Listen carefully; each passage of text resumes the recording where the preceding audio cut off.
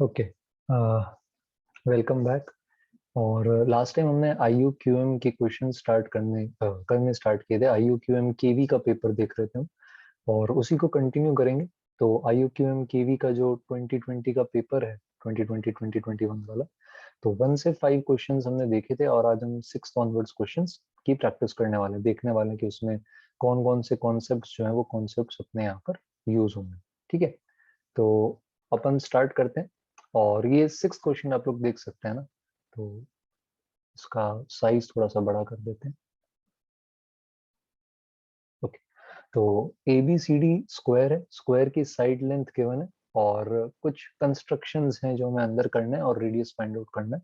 तो ड्रॉ करना स्टार्ट करते हैं, है ना। एक बार आप लोग पॉज करके क्वेश्चन करना ट्राई करो, और फिर अपन इसे कंटिन्यू करते हैं।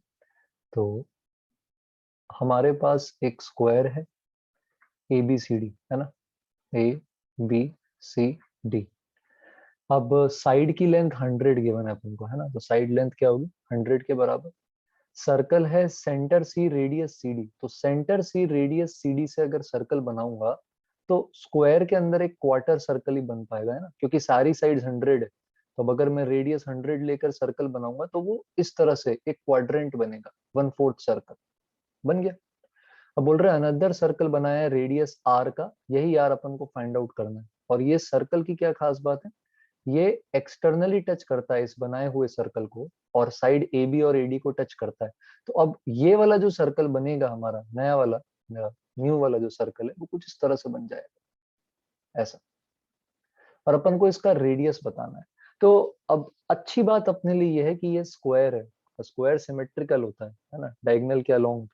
तो अगर मैं इसमें ये डायगोनल ड्रॉ करता हूँ, ये वाला A से लेकर अगर C को कनेक्ट कर देता हूँ इस तरह से, तो अच्छी बात बस ये होगी कि इसका सेंटर, ये वर्टेक्स A, ये वाला पॉइंट और C, ये सारे कोलिनियर हो जाएंगे सिमेट्री से। अब हमें इसका रेडियस फाइंड आउट करना है। तो रेडियस के लिए अब ऐसा समझो कि AB और AD को ही टच कर रहा है, तो AB और AD इसके टेंजेंट्स, तो टेंजेंट्स होंगे तो ये 90 होगा। इसी तरह यहाँ पर अगर रेडियस से, सेंटर से ये रेडियस डालेंगे पॉइंट ऑफ कांटेक्ट पे, तो ये भी 90 होगा। ठीक है, तो इसकी लेंथ R हो जाएगी अपने पास, ये भी R है अपने पास, है ना।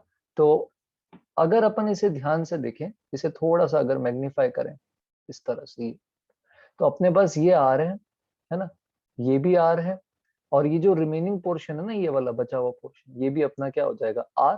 और अगर सेंटर को मैं अभी के लिए O बोल दूं, तो ये जो AO पोर्शन है, ये पाइथागोरस से R√2 आ जाएगा। ठीक है, तो अगर आप डायगोनल AC को देखो, इस पॉइंट सेंटर को O बोल देते हैं, इसको X बोल देते हैं, तो AC क्या होगा, AO plus OX plus XC, यही होगा। अब AC जो है वो स्क्वायर का डायगोनल है, तो इसकी लेंथ है 100√2, है ना। AO जो है वो यहाँ पर देखो, ये छोटा सा R था, ये भी R था, तो पाइथागोरस से R√2 आ गया। ये खुद भी एक छोटा सा स्क्वायर ही बन रहा है R साइड का, तो AO R√2 है। OX तो छोटे वाले का रेडियस ही है, और XC बड़े वाले सर्कल का, ये जो अंदर बना है क्वाड्रेंट, इसका रेडियस था 100। तो यहाँ से अपने पास क्या आ जाएगी इक्वेशन, 100 इंटू √2 - 1, एक साइड ले गए कॉमन, इधर R कॉमन ले लो, √2 + 1। तो यहाँ से अपने पास रेडियस क्या आ गया, 100 √2 - 1 अपॉन √2 + 1। अब अपन चाहे तो यहाँ इस फॉर्म में लाना चाहते हैं, तो अपन क्या कर सकते हैं, रैशनलाइज कर सकते हैं, ऊपर नीचे √2 - 1 से मल्टीप्लाई कर सकते हैं। तो नीचे तो 2 - 1 1 आ जाएगा मल्टीप्लाई करने पर, और ऊपर अपने पास क्या आएगा, 100 √2 - 1 का होल स्क्वायर। इसे अपन सॉल्व कर सकते हैं, और यहाँ से अपने पास mn k इन सब की वैल्यूज आ जाएगी, m भी आ जाएगा, n भी आ जाएगा, k भी आ जाएगा। ठीक है, तो ये इजी क्वेश्चन था, बस थोड़ा सा सिमेट्री यूज करना था। और जो स्क्वायर का डायगोनल है AC, वो किसके बराबर था, छोटा वाला जो स्क्वायर बन रहा था ऊपर R√2, उसका डायगोनल प्लस छोटे वाले सर्कल का रेडियस और प्लस बड़े वाले सर्कल के रेडियस। तो ये 2 मार्क्स के जो क्वेश्चन है आप देख सकते हो, ज्यादा मुश्किल नहीं होते। तो ये स्कोरिंग है ना। तो जो क्वेश्चन नंबर 1 से 8 जो लास्ट पिक्चर में बात करी थी कि ये 2 मार्क्स के हैं, 9 से 21 3 मार्क्स के हैं, तो ये 2 मार्क्स वाले में अपन इजीली 8 क्वेश्चन है, तो 16 में से अपन एटलीस्ट 10 टारगेट कर सकते हैं, कि अपन कोशिश कर सकते हैं कि भाई 8 में से 5 तो सही हो इसके अंदर। ठीक है, तो ये इजी क्वेश्चन था, इसमें ज्यादा मेहनत नहीं है, बस थोड़ा सा सोचना था। चलो अगले क्वेश्चन पर आते हैं। इसे देखेंगे सभी, ट्राई करेंगे। पहले बड़ा सिंपल है ना, पॉज करके ट्राई कर सकते हो आप एक बार, ठीक है। तो ये बिल्कुल एलिमेंट्री मैथ्स है ना, कुछ भी डिफिकल्ट नहीं है। आइडेंटिटी आती है ना अपन सबको, क्या होती है identity? X plus Y, X minus Y, क्या लिखते हैं अपना? X square minus Y square लिखते हैं इसको। वही चीज यहाँ भी लगानी है ना, कुछ भी नहीं करना, सिंपल है। ये दो रिलेशंस काम में लेंगे। डिनोमिनेटर में क्या है? सी स्क्वायर, तो मैं न्यूमरेटर को पूरे को सी स्क्वायर के टर्म्स में कन्वर्ट कर दूंगा, ए बी को गायब कर देंगे। तो पहले इन दोनों को पकड़ो, है ना। यहाँ पर a प्लस बी आपका x है, देखो, और c आपका y है, x plus Y X minus Y. ये क्या हो जाएगा? a प्लस बी का whole square minus C square. इसको बंद कर दो ब्रैकेट में। दूसरे केस में इधर आओ, देखो यहाँ c को x ले लो, c का साइन चेंज नहीं हो रहा ना दोनों जगह, तो इसमें c आपका x है और a माइनस बी को आप y ले सकते हो। तो ये बेसिकली क्या है? थर्ड और फोर्थ ब्रैकेट की बात कर रहा हूँ, c plus a minus B. और यहाँ पर क्या है, ध्यान से अगर आप इसे रीअरेंज करोगे तो c minus a minus B हो जाएगा। फिर से ये आइडेंटिटी लग जाएगी, सी स्क्वायर माइनस माइनस में क्या आ जाएगा? a माइनस बी का होल स्क्वायर। अब कुछ नहीं करना, न्यूमरेटर है, सॉल्व करते हैं। ऊपर क्या लिखोगे? A square plus B square plus 2ab minus C square, और इनटू में इधर क्या आ जाएगा? सी स्क्वायर के साथ minus A square minus B square plus 2ab। Bracket अच्छे से खोलेंगे बेटा, है ना, कोई दिक्कत नहीं आएगी, ब्रैकेट सही से खोलें। तो अभी देखो, ए स्क्वायर प्लस बी स्क्वायर सी स्क्वायर के बराबर है, तो ये कट हो गया, है ना। ए स्क्वायर प्लस बी स्क्वायर सी स्क्वायर के बराबर है, ये भी कट हो गया। ए बी की वैल्यू क्या है? सी, तो क्या बन गया? 2c इंटू 2c अपॉन सी स्क्वायर। सी स्क्वायर चला जाएगा, आंसर क्या आ जाएगा? 4। ठीक है, ये सिंपल था, बस अपन को क्या करना था? ये आइडेंटिटी यूज करनी। 2 मार्क्स वाले क्वेश्चन मोर और लेस ऐसे ही होते हैं, रेयरली कोई बहुत खतरनाक कंसेप्ट लगते हैं, तो अपन बहुत अच्छे मार्क्स ला सकते हैं उसके अंदर, है ना। बस थोड़ी प्रैक्टिस चाहिए, जो अपन करेंगे सारे पुराने पेपर्स के अगले 1-1.5 मंथ्स में कर सकते हैं। चलो, वेरी गुड। नेक्स्ट क्वेश्चन पर आते हैं अपन, है ना। तो ये वाला देखेंगे, है ना। अब यहाँ देखो, ये कुछ अच्छी सी चीज है, इसकी बात करते हैं। एक तो पूछा है largest 2 digit number n which is divisible by 4। 2 digit number, इतना छोटा सा सेट दे दिया इन्होंने, किसका सेट? 2 डिजिट नंबर्स का सेट, और उसमें से भी क्या बोल रहे हैं? Divisible by 4। तो कौन कौन से, और लार्जेस्ट पूछा है, तो कौन कौन से होते हैं? देखो, 96, 92, 88, 84, 80 से लेकर के 12। तो सर क्या सब पे अप्लाई करना पड़ेगा? नहीं, आगे पढ़ो। Such that all integral powers of n and with n। अब क्वेश्चन का मीनिंग समझ में आना चाहिए, पहली बात तो, है ना, फिर पॉज करके सॉल्व करना। तो इंटीग्रल पावर्स ऑफ n क्या हो सकती है? कि पावर 1 लूं, चाहे पावर 2 लूं, चाहे पावर 3 लूं, चाहे पावर 4 लूं, एंडिंग n से ही होगी। एंडिंग n से ही होगी का क्या मतलब है? जैसे गलत एग्जांपल लेते हैं, जैसे 34 का अपन अगर पावर 1 ले रहे हैं, तो 34 आ रहा है, एंडिंग 34 की 34 से ही हो रही है। 34 की पावर अगर अपन 2 लेंगे, है ना, 34 की पावर 2 क्या होगा? 34 इंटू 34, कैलकुलेट कर सकते हैं, तो क्या आएगा? 1156। तो इसकी एंडिंग अब 5-6 से हो गई ना। अपन ने कहा जिस नंबर की इंटीग्रल पावर्स ले रहे हैं, एंडिंग उसी से होगी। कि अगर मान लो 88 अपना नंबर है, तो 88 की पावर 1 के एंड में भी 88 आएगा, 88 की पावर 2 के एंड में भी 88 आएगा, पावर 3 लेंगे तो भी एंड में 88 आएगा। तो इस तरह से अपन को ढूंढना है, ठीक है। तो ये प्रॉपर्टी है। अब इसका कैसे यूज करेंगे, तो बात समझने की कोशिश करो। जितने भी नंबर यहाँ पर 4 से अपने डिविजिबल आने वाले हैं, जैसे मान लो 76, 72, जो भी है, तो ये एंड में कोई ना कोई इवन नंबर लेकर आ रहे हैं, 0, 2, 4, 6, 8, इस तरह से, ठीक है। अब जैसे आप इनका स्क्वायर कर सकते हो, 0 का स्क्वायर क्या होता है? 0, 2 का स्क्वायर 4, 4 का स्क्वायर 16, है ना, मतलब एंड में यूनिट डिजिट देख रहे हैं 6। 6 का स्क्वायर 36 होता है, तो एंड में 6 आएगा। 8 का स्क्वायर होता है 64, तो एंड में 4 आएगा, है ना। मैं सिर्फ इन डिजिट्स का स्क्वायर कर रहा हूँ। तो बेटा देखो, 2 वाले, 4 वाले और 8 वाले, ये ऑप्शंस तो आपके वैसे ही खत्म हो गए, ये ऑप्शंस तो वैसे ही चले गए। क्यों? कोई भी नंबर अगर 8 से एंड कर रहा है, 2 डिजिट का, 38, 48, 68, इसकी पावर 2 के एंड में तो 4 आएगा ना, तो वो वापस 38, 48, 68 तो आ ही नहीं सकता। तो अपन को सिर्फ उन्हीं नंबर पे फोकस करना है जिनके एंड में या तो 0 आ रहा है या 6 आ रहा है। अब 0 वाले भी हट जाएंगे, क्यों हट जाएंगे? जैसे मान लो 20 की पावर 2 ले रहे हो, तो इसके एंड में एक 1 0 था, आपने स्क्वायर किया तो अब 2 0 आ गए। अपन को तो लास्ट में 20 चाहिए था। तो अगर अपने एंड में कभी भी 0 आ रहा है, अपन स्क्वायर कर रहे हैं या पावर 3 ले रहे हैं, तो नंबर ऑफ जीरोस बढ़ जाते हैं ना आपके एंड में, तो वापस वही n तो मिलेगा नहीं आपको लास्ट में, तो 0 को भी रख देते हैं साइड में। तो अब अपना ये जो पूल है बेटा, ये पूल बहुत ज्यादा छोटा हो गया। क्या क्या बचा? 16, 36, 56, 76 और 96। बस इन 5 नंबर्स की पावर्स ले लेकर चेक करना है। आप सिर्फ पावर 2 तक लो, ठीक है। जैसे 16 की पावर 2 क्या होगा? 256। एंड में 16 चाहिए था, 56 आया, फेंको इसे। 36 की पावर 2 लेकर देखो, 1296 आएगा। एंड में 96 है, हमें 36 चाहिए, हटाओ इसे। 56 की पावर 2 लेकर देखो, ये मुझे याद नहीं है, कैलकुलेट करते हैं चलो। 336, 33 कैरी हुआ, और 3136 ये भी गड़बड़ है। 56 चाहिए था, एंड में 36 आया, हटाओ। 76 से उम्मीद है, चलो 76 इंटू 76 करो। 456, 45 कैरी हो रहा है ना। तो 490 और 532 और 45 कितना हो गया? 5776 है ना। तो यहाँ पर देखो वापस 76 आ गया। अपन डबल ट्रिपल क्रॉस कर लेंगे, है ना, पूरा कंफर्म हो जाएंगे। एक बार और अगर आप इसे 76 से मल्टीप्लाई करोगे ना, तो वापस एंड में 76 आएगा। ये अपना है नंबर, अपना आंसर। 96 का स्क्वायर करोगे, फिर से एंड में 96 नहीं आएगा। तो जो क्वेश्चंस मैथमेटिक्स के कंसेप्ट्स पर नहीं, लॉजिक्स पर बेस्ड हैं, उनको पकड़ने की कोशिश करो।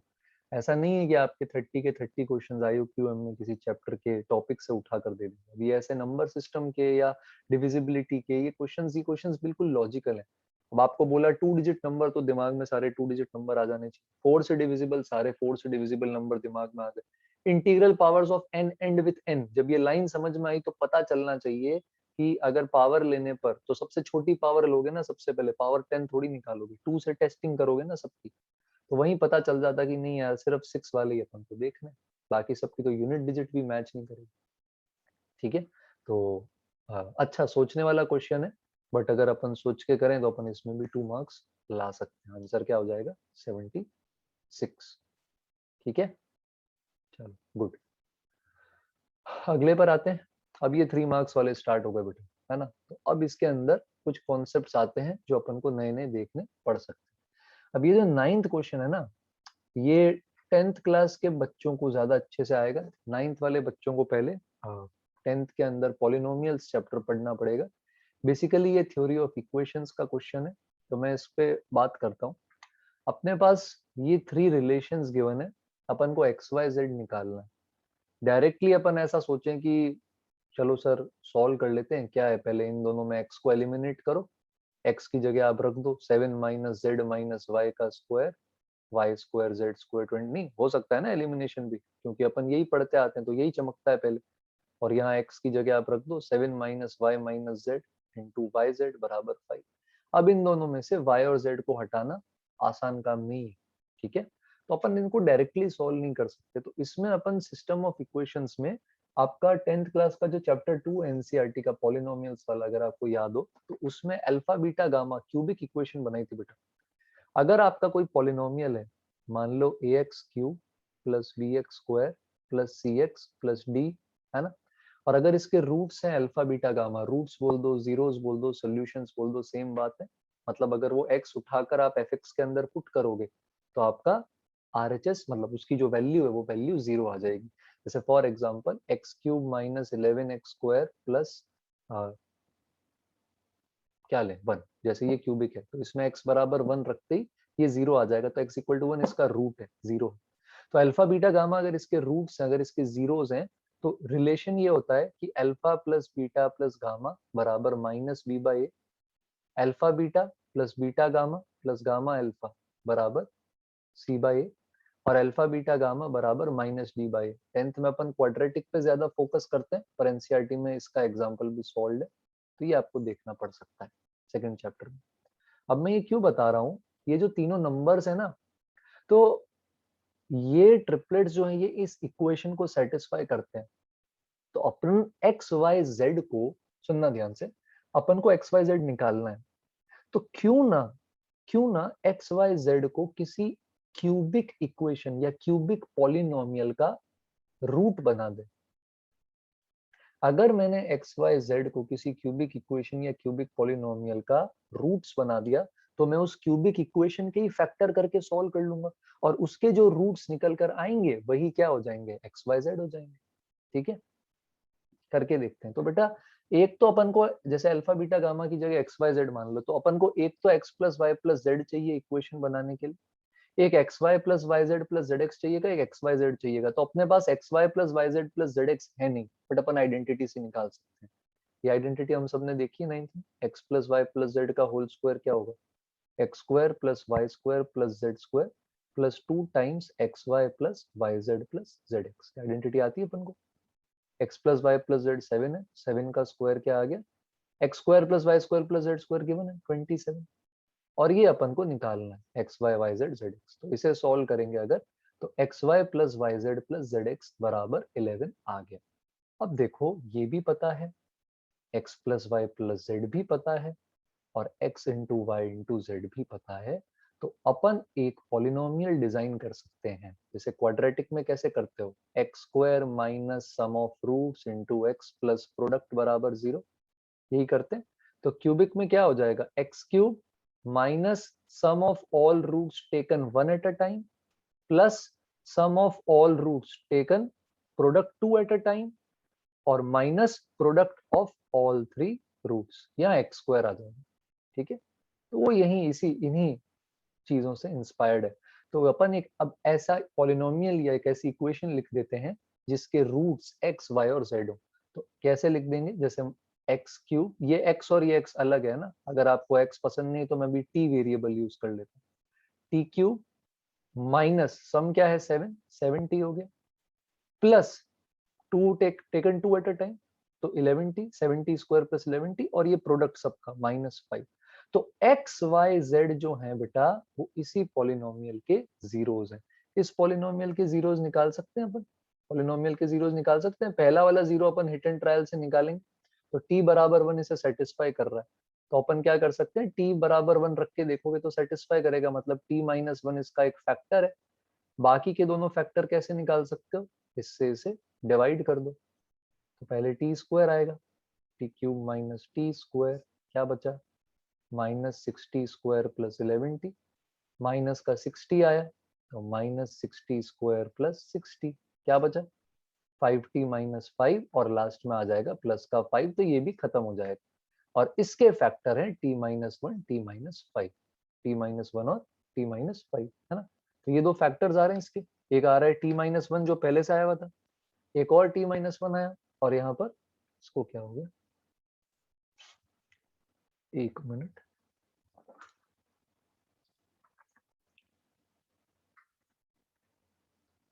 ओके चलो, तो यहाँ पर अभी ऐसे देख लेते हैं। तो अपने पास फैक्टर्स क्या आ रहे हैं,